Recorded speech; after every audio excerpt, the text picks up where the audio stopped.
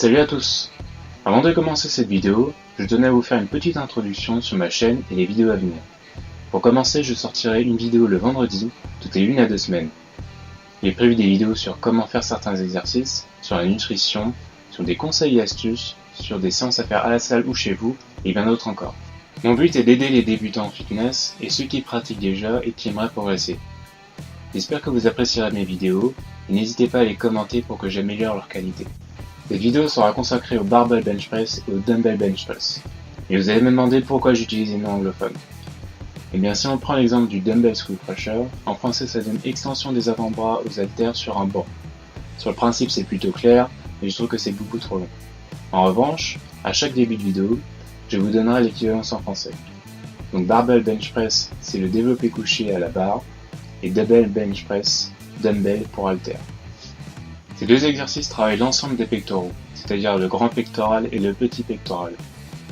Mais d'autres muscles sont utilisés en tant que stabilisateurs, les deltoïdes, les triceps, la coiffe des rotateurs, les muscles érecteurs du rachis et le muscle transverse de l'abdomen. Les pectoraux permettent 4 mouvements.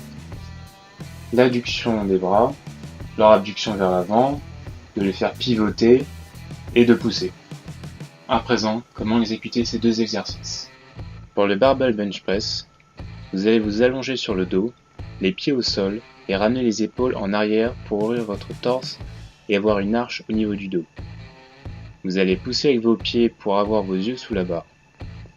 Pour la position des mains, c'est pratiquement largeur des épaules, légèrement à l'extérieur, entre ces deux marques. Vous inspirez par le nez et bloquez, vous descendez la barre jusqu'à toucher jusqu'en dessous des pectoraux. Vous poussez à l'aide de vos pectoraux et de vos pieds tout en contractant les abdominaux jusqu'en haut.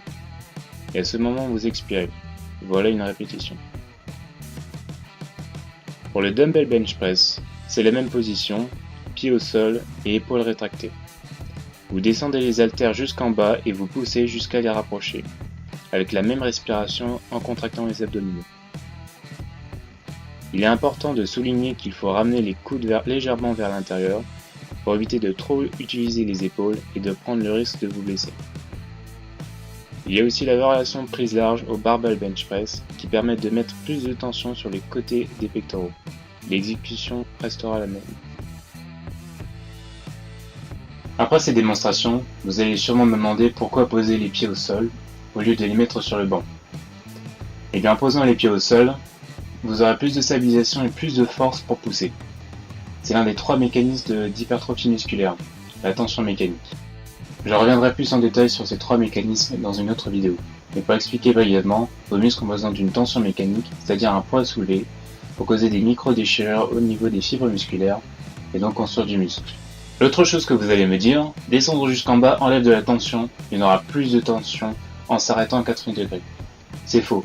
Lorsque les haltères sont en bas, il y a toujours une force vers le bas et les pectoraux sont toujours là pour garder les haltères dans cette position. Il y aura toujours de la tension tant que les muscles seront utilisés.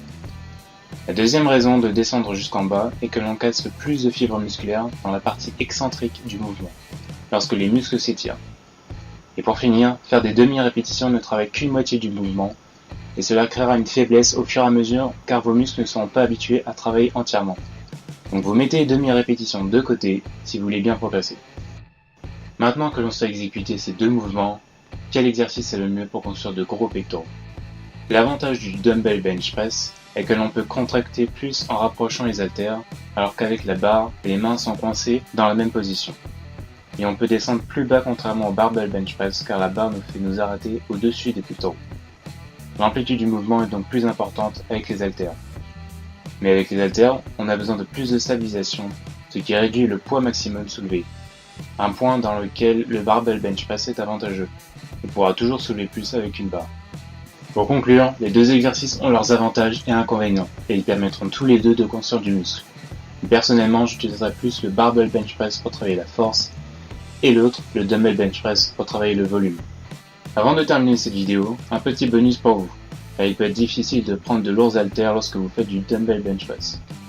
Je vous conseille d'abord de vous entraîner avec des poids plus légers, et vous pourrez prendre plus lourd après.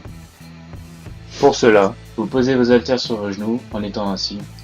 Vous allez prendre un petit élan pour vous propulser en arrière et vous amener les haltères au-dessus de vous en soulevant avec vos genoux. Une fois en position, vous pouvez faire vos répétitions. Si vous avez des questions, posez-les-moi dans les commentaires, aimez cette vidéo, abonnez-vous, et je vous dis à très bientôt dans ma prochaine vidéo.